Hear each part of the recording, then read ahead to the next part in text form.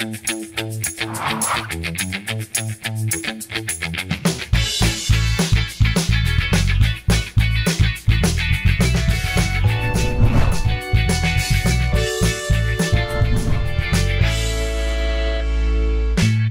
আসসালামু আলাইকুম, আপনাদের সকলকে সাদর আমন্ত্রণ জানাচ্ছি চ্যানেল আয়ের পর্দায় সালাম স্টিল স্ট্রেট কাটের আয়োজনে। এবং আজকে আমার সঙ্গে প্রশ্ন উত্তরের মুখোমুখি হয়েছেন সাবেক সংসদ সদস্য অধ্যাপক মিয়া গোলাম পরওয়ার, সম্মানিত সেক্রেটারি জেনারেল বাংলাদেশ জামায়াতে ইসলামী। আসসালামু আলাইকুম, স্বাগতম। ওয়ালাইকুম আসসালাম ওয়া রাহমাতুল্লাহি ওয়া বারাকাতুহু।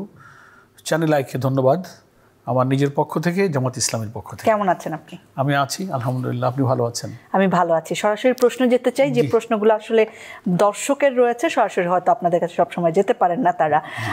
একটি বিরাট সমাবেশ আপনারা করেছেন কিছুদিন আগে, এবং মোটামুটিভাবে সেটিকে সফল সমাবেশই আমরা বলতে পারি। কেমন ছিল আপনাদের সমাবেশ? আমার জানা মতে, সোফার মাই নলেজ, জামাত ইসলামের ইতিহাসে সর্ববৃহৎ সমাবেশ হয়েছে। কেমন মানুষ হয়েছিল? সংখ্যা কেমন? সংখ্যা তো আমরা একেবারে অতটা হেড কাউন্ট নিজেরা করতে পারি না। কেউ বলছে 20-30 লাখ লোক হয়েছে, কেউ বলছে তার বেশি, কেউ বলছে তার কিছু কম হতে পারে। আমরা যে প্রচেষ্টা চালিয়েছিলাম, কত আসতে পারে, কত উপস্থিত হতে পারে, আলহামদুলিল্লাহ আমাদের ধারণার চেয়েও আল্লাহ তাআলার মেহেরবানিতে অগণিত উপস্থিতি হয়েছে। আপনাদের কেমন খরচ হয়েছে আসলে এই সমাবেশ করতে? অনেকেই বলেন যে মাথা পিছু এত টাকা করে দিলে 100 কোটি টাকা হয়তো খরচ হয়েছে। সত্যি কি তাই নাকি? না, ওই হিসাব তো ঠিকই। ধরেন আমি ধরলাম যদি 20 লাখ লোকই হয়ে থাকে বা তার কিছু আশেপাশে, তো জনপ্রতি একটা লোক যখন বিভিন্ন দূর থেকে, তার দূরত্ব হিসেবে যদি ভাড়া হিসাব করি পার হেড, সে এসেছে, দুবেলা খেয়েছে, তো সেটাও যদি তাদের কস্টিংটাকেও যদি আনা হয় তো ওরকমই তো হবে। কিন্তু সেটা আপনাদের তরফ থেকে না, এটা আমরা করিনি। ওই যিনি এসছেন ইন্ডিভিজুয়ালি খরচটা একেবারেই তার।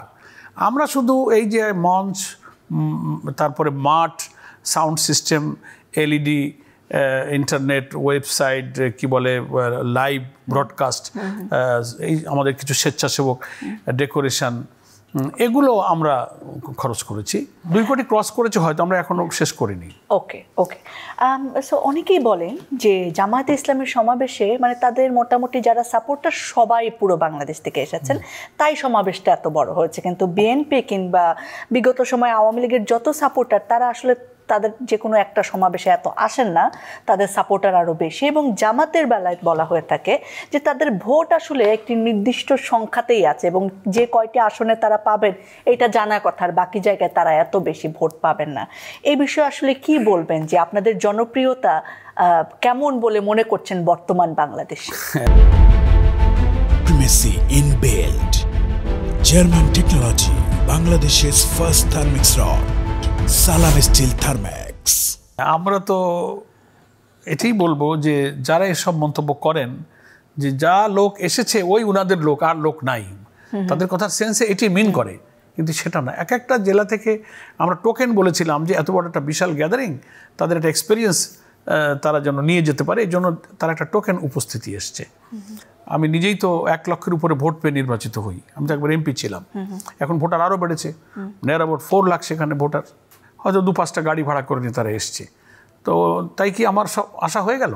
কিছু টোকেন হয়তো এসেছে, তার অর্থ এই না যে সরাইল উদ্যানে যত লোক এসেছে এই লোকগুলোই শুধু জামাত ইসলামী লোক। তো এই সমাবেশের পর নিশ্চয়ই আপনাদেরও একটা নিজস্ব, আমি কি বলবো, ছাঁকনির মধ্য দিয়ে গেছেন বা একটা পরীক্ষা করেছেন যে কেমন সাড়া দেয় মানুষ আপনাদের ডাকে। তো সেই জায়গায় যদি ফেব্রুয়ারিতে নির্বাচন হয়, যেটি আমরা শুনছি, পুরো বাংলাদেশে কতগুলো আসন আপনারা পেতে পারেন জামায়াতে ইসলামী? দেখেন, এটা একটু হিসাব করে বলা এক্ষুনি কঠিন, কারণ এবারের নির্বাচনের ধরনটা, ফলাফলটা গতানুগতিক ইতিপূর্বের নির্বাচনে যে কারণে যেভাবে মানুষ অনুমান করতে পেরেছে, এবার তা হবে না। এই কারণে যে দেশের পলিটিক্যাল পোলারাইজেশনটা কিন্তু একটু ভিন্ন টাইপে হয়েছে।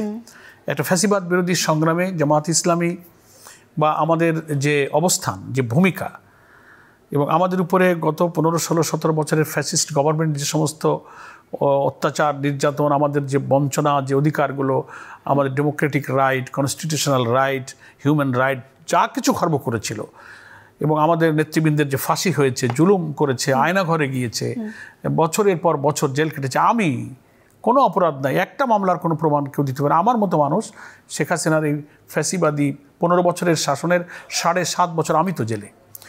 ফলে সেই কারণে দেশের মানুষের একটা সহানুভূতি মজলুম দল হিসেবে নির্যাতিত হিসেবে মানুষের একটা সিম্প্যাথি কিন্তু আমাদের প্রতি বেড়েছে। আরেকটা কারণ হলো যে যত কথাই আপনি বা যারা বিরোধী প্রতিপক্ষ ষড়যন্ত্র করে বলেন এইটা দোষ ওনাদের এই খারাপ, কিন্তু আমাকে তো আমার পাশের বাড়ির লোকেরা, আমার গ্রাম, আমার এলাকার লোকেরা দেখে যে আমি মিথ্যা বলি না, আমি হারাম খাই না, কাউকে কষ্ট দিই নাই, আমি চাঁদাবাজি করি না, একটা ক্রিমিনাল অফেন্সের সাথে আমরা যারা যুক্ত না, সেখানে শুধু বক্তৃতা করে দাঁড়িয়ে বললেই তো হবে না যে উনি এই কারণে ভোট পাবেন না, এই কারণে লোকটা উনি ভালো না।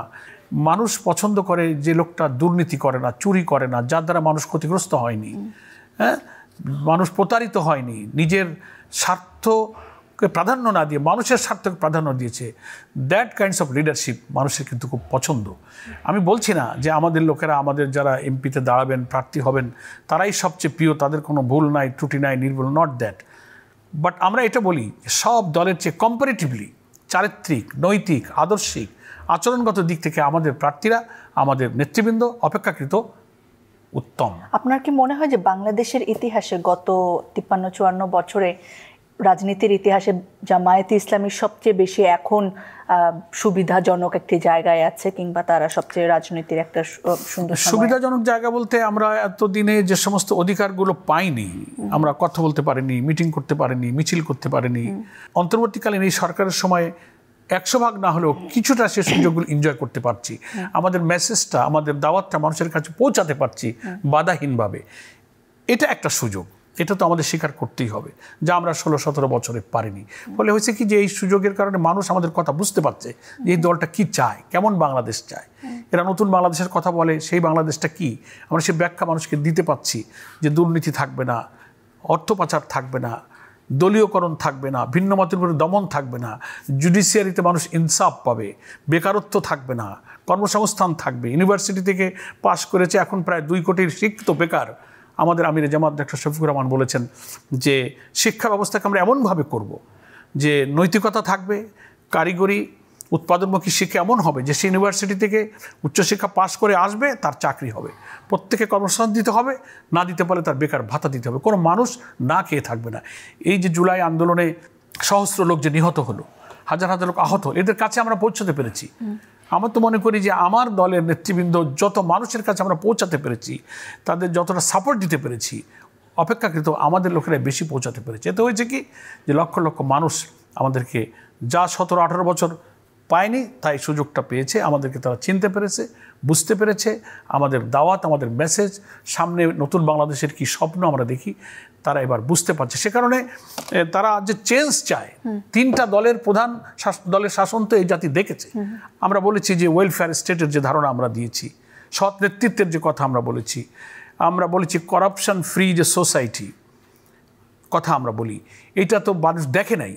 তো একটা সুযোগ আমাদেরকে দেন যে আমরা যে নতুন বাংলাদেশের কথা বলি, যে ইসলামী আদর্শের ভিত্তিতে যে কল্যাণ রাষ্ট্রের যে ধারণা আমাদের প্রিয় নবী মোহাম্মদ মুস্তফা সাল্লাল্লাহু আলাইহি ওয়াসাল্লাম দিয়েছেন, সেটাকে ভিত্তি করে একটা রাষ্ট্র গঠন হলে হিন্দু, মুসলিম, বৌদ্ধ, খ্রিস্টান, নারী, পুরুষ সমস্ত সেক্টর অফ পিপল যে তার অধিকার এনজয় করবে, এটা আমরা যে মুখে এতকাল বললাম, আমাদেরকে একটাবার একটু সুযোগ দেন।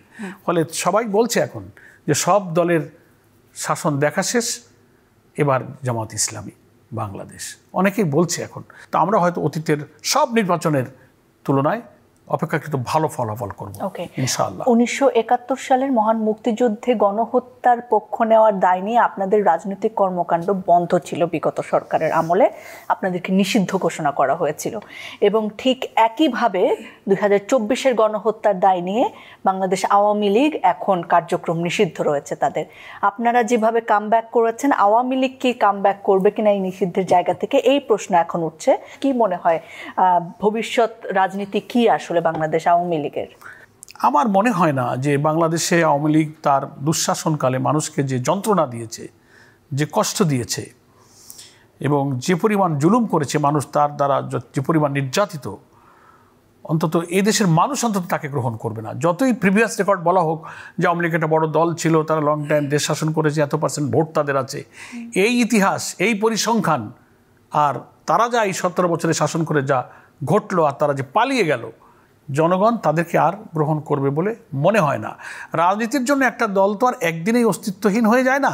ফলে দিল্লিতে বসে তিনি প্ল্যান দিচ্ছেন, এদেশীয় লোকেরা তার জন্য অনেক ছক পরিকল্পনা আঁকছে।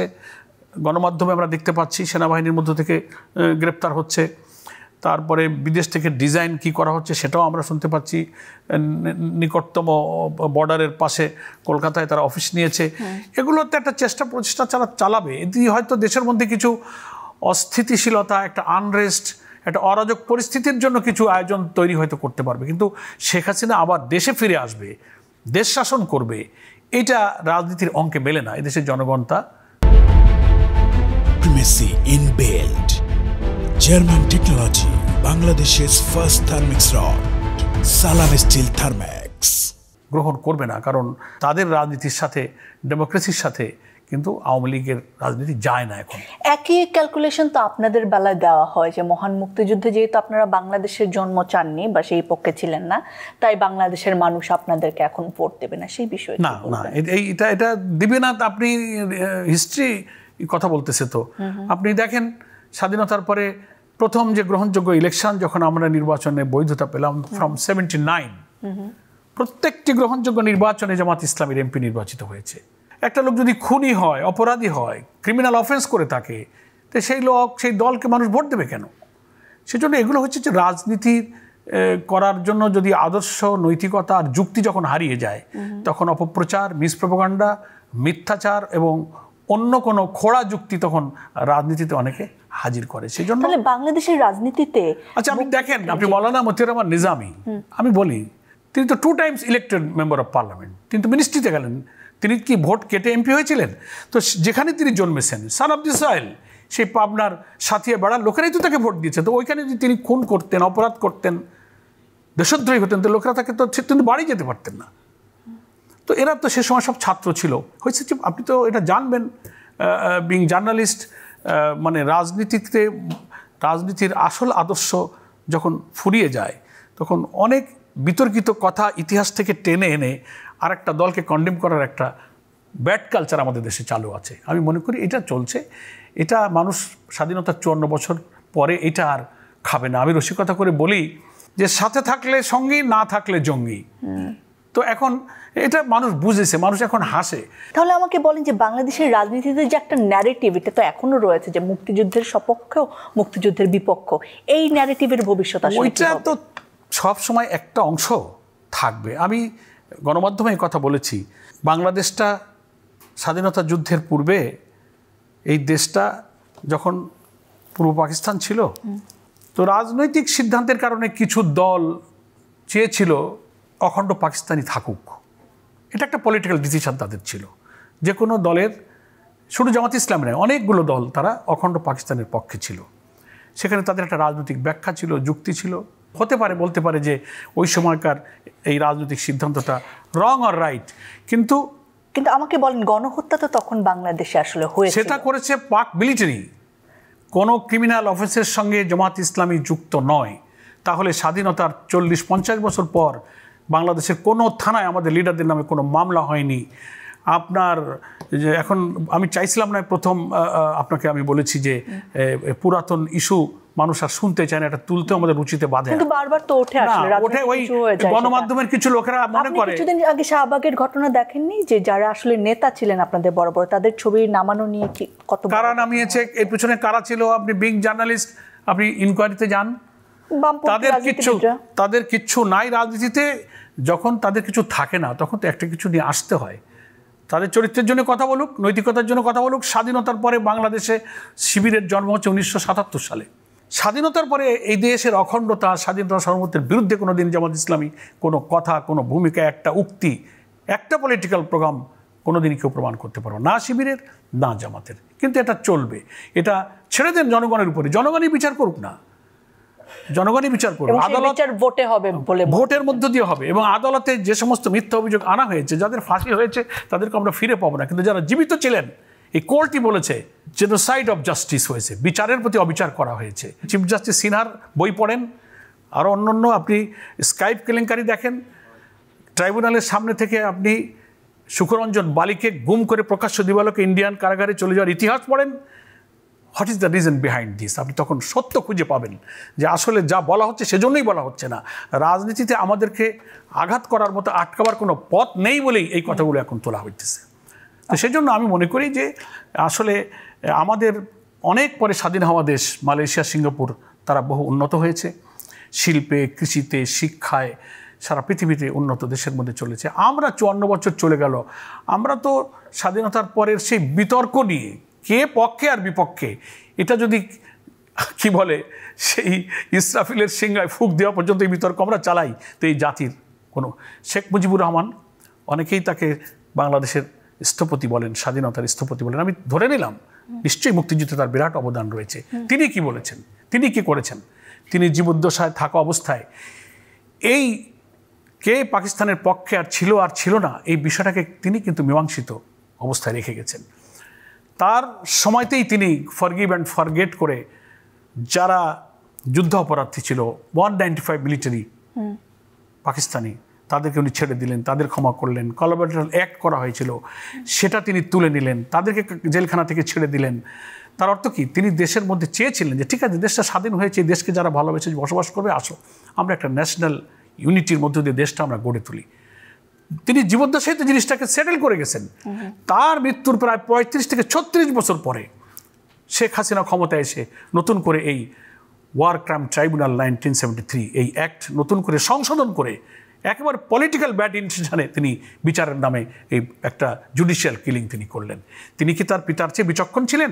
যখন আওয়ামী লীগ ক্ষমতায় ছিল তখন নিজামী সাহেব পার্লামেন্টে ছিলেন না, অপোজিশনে তিনি তো বসতেন, ততক্ষণ কোথাও তাদের দোষ ছিল না। ওনারা যখন দেখেছেন যে আমরা বিএনপির সাথে জোট করেছি, একটা সরকারে আমরা শরিক হয়েছি, তো এই জোট ভাঙতে না পারলে এদেরকে পলিটিক্যাল কি করে আলাদা করা যায়, নাহলে তো আমার ক্ষমতায় টিকে থাকা নিরাপদ হবে না, তাদের ক্ষমতাকে সেভ করার জন্য তারা এই নোংরা পলিটিক্সটা করেছে। আজকে 15ই আগস্ট এবং যে শেখ মুজিবুর রহমানের কথা আপনি বললেন, তার সপরিবারে হত্যা করা হয়েছিল, এই হত্যাকাণ্ড যে শোক দিবস পালিত হতো এই শোক দিবসও বাতিল করা হয়েছে এই সরকারের আমলে, 32 নম্বরের বাড়ি ভাঙা হয়েছে। সেই ব্যাপারগুলোকে আসলে আপনারা দলীয়ভাবে কেমন করে দেখছেন? আমরা আসলে মনে করি না যা কিছু ঘটেছে এটা খুব কোনো দলের পক্ষ থেকে হয়েছে বলে আমাদের কাছে তো দৃশ্যমান হয়নি। মানুষ কোন কনটেক্সটে কোথা থেকে গিয়ে কী ঘটনা ঘটিয়েছে এটা সরকারের দেখা উচিত, এগুলোর ব্যাপারে দায়িত্বটা কিন্তু সরকারের উপরই পড়ে। তারপরে 15ই আগস্ট উনি ছুটি বাতিল করলেন, তারপর আরও যা যা সরকার করেছে that is up to government, এ তো পলিটিক্যাল পার্টি। কিভাবে দেখছেন আসলে ব্যাপারটাকে, আপনার হাতে কিছু আছে সেটা বলুন। না, আমরা মনে করি যে সরকার তো একটা রাজনৈতিক অবস্থার পর দিয়েই সরকার জনগণের আকাঙ্ক্ষার ফল হিসেবেই ক্ষমতায় এসছে। সরকার হয়তো তার জায়গা থেকে বিবেচনা করছেন যে কোনটা হওয়াটা সরকারের জন্য সমীচীন, কোনটা সমীচীন নয়, কোনটা জনগণের কাছে ভালো মনে হবে, ভালো মনে হবে না, সেই কনটেক্সটে তিনি হয়তো কোনো সরকারি বা রাষ্ট্রীয় সিদ্ধান্ত নিচ্ছেন, এটা গভর্নমেন্টের ব্যাপার। আপনি স্বাগত জানাচ্ছেন। আমি তো সরকারের সিদ্ধান্তের বিরোধিতা তো এখন করবো না, আমরা তো এই রাষ্ট্রে বসবাস করছি। সরকারের সিদ্ধান্ত ঘোষণাপত্র যেটি জুলাইয়ের এসেছে সেটির বিষয়ে কি বলবেন, বলেন। এই জুলাই ঘোষণায় জনগণের আকাঙ্ক্ষার কোনো প্রতিফলন ঘটেনি। বাংলাদেশের স্বাধীনতা মুক্তিযুদ্ধের ইতিহাস থেকে শুরু করা হয়েছে এবং আমাদের এই ভূখণ্ডের হিস্ট্রিতে যদি আমি যাই প্রেক্ষাপটে, তাহলে আমাদের আসতে হতো 47 থেকে, কারণ এই ভূখণ্ডটা আমরা পেয়েছি কিন্তু 47-এ যদি এই ভূখণ্ড না পেতাম তো 71-এ আমাদের যে স্বাধীন মানচিত্র, যে ভূখণ্ড আমরা পেয়েছি তার ইতিহাসটা তো 47-এর সাথে যুক্ত। এটাকে ডিনাই করলে তো এই ভূখণ্ডের সীমানাকেও আমরা পাই না। সেজন্য আমরা ইতিহাসটা বলেছিলাম যে আমরা যে ব্রিটিশ থেকে আলাদা হয়েছি 47-এ, সেটাও একটা যুদ্ধ সংগ্রাম ছিল। আমাদের দেশের জন্মের প্রেক্ষাপটটা ওখান থেকে নিয়ে আসা হোক, সেটা ড্রপ করা হয়েছে এক। এরপরে পিলখানার যে মর্মান্তিক সেনা অফিসারের হত্যাকাণ্ড, 57 জন মেধাবী চৌকস অফিসার সহ 74, কীভাবে এই হত্যাকাণ্ড হলো, কারা এর পেছনে ছিল, শাপলায় আলেম ওলামাদের উপরে যে বর্বর নির্যাতন করে হত্যাকাণ্ড করা হলো, আমাদের আল্লামা দিলওয়ার হোসেন সাঈদীর রায়ের পরে 200 মানুষকে হত্যা করা হয়েছে, that is on kind of genocide. একটা লাইন, একটা সেন্টেন্সও কিন্তু এদেশের ইসলামপন্থী আলেম ওলামাদের যে ঐতিহাসিক অবদান ছিল এই জুলাই অভ্যুত্থানে, জুলাই ডিক্লারেশনে সেটা স্থান পায়নি। ফলে অনেক গুরুত্বপূর্ণ জিনিস এড়িয়ে যাওয়া হয়েছে। ইম্পর্ট্যান্ট ইস্যু ছিল, আমরা বলেছিলাম এটাকে বাংলাদেশের সংবিধানের প্রিয়াম্বেলে আমাদের জুলাই ডিক্লারেশনটাকে অন্তর্ভুক্ত করা হোক। প্রস্তাবনা এসছে শেষের দিকে যে এটা নতুন নির্বাচিত সরকার আসবে 2 বছর পরে সংবিধানের তফসিলে এটাকে যুক্ত করা হবে। প্রশ্ন তোলা হচ্ছে কোনো কোনো মহল থেকে যে এটা তো পার্লামেন্ট ছাড়া আমরা কি করে আইনি ভিত্তি দেবো। আমরা বলেছি দেয়ার আর 3 অপশন। একটা হচ্ছে আপনি অর্ডিন্যান্স জারি করতে পারেন, সেকেন্ড অপশন হচ্ছে লিগ্যাল ফ্রেমওয়ার্ক যেটা হিস্ট্রি আমাদের দেশে আছে, LFO, নেক্সট হচ্ছে রেফারেন্ডাম। এগুলো থাকার পরেও যারা বলেন যে না পার্লামেন্ট ছাড়া আইন বানানো যাইতেছে না, আমরা এখানে একটা ইল মোটিভ দেখি, একটা ব্যাড ইন্টেনশন দেখি। তো ঐক্যমতের কমিশনের কথা আসলো এবং ঐক্যের কথা যদি আমরা আসি, বাংলাদেশের রাজনৈতিক দলগুলোর যে ঐক্য আমরা 24-এর আন্দোলন দেখেছিলাম সেটার তো আসলে মানে কিছুই এখন নেই যদি বলি, মনে হয় না ভুল কিছু হবে। তবে এই ঐক্য নিয়ে কি ফেব্রুয়ারিতে যে নির্বাচনের ঘোষণা এসেছে সেটা পরিচালনা করা সম্ভব বলে বিশ্বাস করেন? আমি মনে করি এখনো সুযোগ হাতছাড়া হয়নি। যদি ন্যাশনাল কনসেনসাস কমিশনের চেয়ারম্যান তো হচ্ছে আমাদের চিফ অ্যাডভাইজার, কো চেয়ারম্যান হচ্ছে ডক্টর প্রফেসর আলী রিয়াজ। ওনারা যদি একটু সিনসিয়ারলি সকল দলগুলো যারা আমরা ফ্যাসিবাদ বিরোধী আন্দোলনে ছিলাম, স্যাক্রিফাইস এবং কম্প্রোমাইজ ঐক্য প্রিমেসি ইন বিল্ড জার্মান টেকনোলজি, বাংলাদেশের ফার্স্ট থার্মিক্স রড, সালাম স্টিল থার্ম্যাক্স। হতে গেলে তো আপনি আপনার পজিশনে থাকলেন, আমি থাকলাম, গ্রামে বলে যে সালিশ মানি কিন্তু তাল গাছটা আমার, এটা তো সালিশ না। আমাদেরকে তো স্যাক্রিফাইসও করতে হবে, কম্প্রোমাইজও করতে হবে। আমরা তো অনেক, আমাদের যে প্রপোজাল ছিল জামাত ইসলামের, আমরা ঐক্যমত্য কমিশনের সকলের সাথে একমত হতে গিয়ে আমরা অনেক পয়েন্টে কিন্তু ছেড়েছি, অন্য দলও ছেড়েছে। তা আমরা আরও একটু কাছাকাছি আসতে পারি। এ ব্যাপারে আমার মনে হয় যে ওনারা যদি চেষ্টাটা সিনসিয়ারলি করেন, একটা ইউনিফর্ম থিঙ্কিং যদি আমাদের মধ্যে আসে, তো এখনও কিন্তু একটা ন্যাশনাল ইউনিটির সম্ভাবনা কিন্তু আছে। আমাদের সম্মানিত আমির ডক্টর শফিকুর রহমান সেই জাতীয় ঐক্যের কিন্তু ডাক দিয়ে বলেছেন যে আসুন জাতির এই কমন ইস্যুতে আমরা মিলে যাই, আমরা একমত হয়ে যাই, এবং তখন আমরা মনে হয় যে আগামী নির্বাচনের আগে একটা ভালো আবহ তৈরি হবে, এবং আমরা এই যে জুলাই চার্টার যেটা বলছি এটাকে আমরা আইনি ভিত্তি দিতে পারবো, এটা সংবিধানের অংশ হবে, এবং এই সংবিধানের অংশ বানিয়ে এর ভিত্তিতেই এই সরকারের দায়িত্বে ইলেকশনটা হতে হবে। কিন্তু পিআর পদ্ধতির যে চাহিদা আপনাদের ছিল, যেটা এখনো পর্যন্ত আপনারা এই দাবি বহাল রেখেছেন, ফেব্রুয়ারি নির্বাচনের যখন প্রিপারেশন নেওয়া হয় তখন তো দেখা যায় না যে এরকম কোনো পদক্ষেপ নেওয়ার ব্যাপারে। যদি এরকম না হয়, আবার সংখ্যানুপাতিকে না হয়ে যদি আসন ভিত্তিকে হয়, আপনারা কি সেক্ষেত্রে আন্দোলন করবেন? দেখুন, একটা ডেভেলপমেন্ট তো আমরা দেখছি যে রিফর্মের ক্ষেত্রে লোয়ার হাউস আপার হাউজের ব্যাপারে তো আমরা যেখানে এসে দাঁড়িয়েছি যে আপার হাউজে পিআরের পদ্ধতির ব্যাপারে কিন্তু কমিশনের পক্ষ থেকে সিদ্ধান্ত নেওয়া হয়েছে। আমরা বলেছিলাম হোল পার্লামেন্টটা পিআর পদ্ধতিতে হোক। তো আমরা পিআর পদ্ধতিতে কি সুবিধা আছে, আধুনিক গণতান্ত্রিক বিশ্বের প্রায় 91টা দেশে পিআর পদ্ধতি চালু আছে, পিআরেরও আবার 6-7টা পদ্ধতি আছে। তো আমরা বলছি যে এটা আমরা কেবল জাতির কাছে বলেছি এটা প্র্যাকটিস করা হোক, এখানে কালো টাকা, পেশি শক্তি, মনোনয়ন, বাণিজ্য ওগুলো দূর করে ফেয়ার ইলেকশনটা করা যাবে এবং একটা কোয়ালিটি পার্লামেন্ট হবে। নিশ্চয়ই প্রিপারেশন নেওয়া শুরু করেছেন আপনারা নির্বাচনের, কারণ অলরেডি ফেব্রুয়ারি ঘোষণা এসেছে। সেই জায়গায় আপনারা কোনো জোট করবেন কিনা, এটা একটা প্রশ্ন থেকে যায় যে বাংলাদেশে যে ইসলামপন্থী দলগুলো আছে তারা একসাথে হবে কিনা। এই সম্ভাবনা যখন আসলে মোটামুটি ভালোই মানুষের মনে বিশ্বাস জন্মাচ্ছে, তখন আবার হেফাজতে ইসলামের আমির প্রকারান্তরে ভণ্ড বলে অভিহিত করেছেন এবং তাদের মতে জামায়াতে ইসলাম মদিনার শাসন চায় না, চায় মওদুদিবাদ কায়েম করতে, কাজেই তাদের সাথে প্রকৃত ইসলামপন্থী হওয়ার সুযোগ নেই। উনি একজন শ্রদ্ধাভাজন দেশবরণ আলেম হিসেবে ওনার প্রতি আমি শতভাগ শ্রদ্ধা রেখে মনে করি যে তিনি যে মন্তব্যটা দিয়েছেন এই মন্তব্যটা একেবারেই ওনার একান্ত পার্সোনাল। কারণ হেফাজতে ইসলাম হচ্ছে একটা নন পলিটিক্যাল পার্টি, কিন্তু এই পার্টি বা যে দল বা এটাকে জোট যাই বলি, হেফাজতে ইসলামের সঙ্গে কিছু দল সংযুক্ত আছেন যারা রাজনীতির সাথে যুক্ত। এটা একটা পলিটিক্যাল হেফাজত আর একটা নন পলিটিক্যাল হেফাজত আছে। হেফাজতের যিনি আমির, আগেও 2-1বার উনি জামাত ইসলামের সম্পর্কে একটা মন্তব্য উনি দেন। হেফাজত ইসলাম অফিসিয়ালি দলগত কোনো স্টেটমেন্ট, প্রেস রিলিজ কিন্তু এটা নয়, এটা it is his own comment, তার ব্যক্তিগত মন্তব্য। আমরা শ্রদ্ধার সাথে ওনাকে বলবো যে একজন আল্লাহর বান্দা হিসেবে যারা আল্লাহ তাআলার দ্বীনের পথে চলেন, দ্বীনকে মানেন এবং দ্বীনকে জীবনে এবং সমাজে প্রচার এবং প্রতিষ্ঠা করতে চান, তাদের ব্যাপারে একজন আল্লাহওয়ালা লোকের এরকম মন্তব্যটা মুসলিমের কাছে শরঈ দৃষ্টিতে কতটা শোভনীয়, গ্রহণযোগ্য, এটা আরও একটু বিবেচনায় ওনার নেওয়া উচিত। ওনার প্রতি আমরা বরাবরই সমস্ত আলেম এবং ইসলামিক স্কলারদের প্রতি সবসময় আমরা শ্রদ্ধা রাখি। ভিন্নমত তো থাকতেই পারে, কিন্তু সেই ভিন্নমত প্রকাশেরও তো একটু একটা শালীনতা, একটা গ্রামার আছে, একটা ডিসিপ্লিন আছে, এবং শরীয়ত সেই ডিসিপ্লিনের মধ্যে আমাদেরকে থাকতে বলেছে। ইসলামী দল এবং শক্তি, দেশপ্রেমিক মানুষের মধ্যে যেখানে একটা ঐক্যের প্রক্রিয়া চলছে, সেই মুহূর্তে এরকম একটা মন্তব্য ছেড়ে দিয়ে আমাদের বিভাজন তৈরি করা, আমি বলবো যে বিভাজন ইনশাল্লাহ হবে না। ঐক্য প্রক্রিয়ার মধ্যে একটা ব্যথা, একটা দুঃখ, একটা যন্ত্রণা সাময়িক তৈরি হলো, এটা ইনশাল্লাহ মিট আপ হয়ে যাবে। জাতি প্রকৃত সত্যটা ইনশাল্লাহ খুঁজে নেবে। আর জোট করার ব্যাপারে জোটের সম্ভাবনা আমরা উড়িয়ে দিচ্ছি না। ইসলামী ছোট বড় অনেক দল বলতে প্রায় সব দলের সাথেই জামাত ইসলামী সহ ইন্ডিভিজুয়ালি, কালেকটিভলি এনসিপি কি আসতে পারে, আলোচনা চলছে। তাদের সাথে আমাদের রাজনৈতিক নানান ইস্যুতে, এই যে রিফর্ম ইস্যুতেও আমরা এক জায়গায় বসছি, এক টেবিলে বসছি, কথা হচ্ছে। ইলেকশন যত নিকটে আসবে, পোলারাইজেশনটা কিন্তু তত আরও পরিণত রূপ লাভ করবে, তখন বলা যাবে। কোনো সম্ভাবনাই উড়িয়ে দেওয়া যায় না। আচ্ছা, অনেক অনেক ধন্যবাদ আপনাকে। দর্শক যারা রয়েছেন, জনগণ পুরো বাংলাদেশে, তাদের জন্য আপনি কিছু বলতে চান কিনা এই ক্যামেরাতে? চ্যানেল আইকে ধন্যবাদ।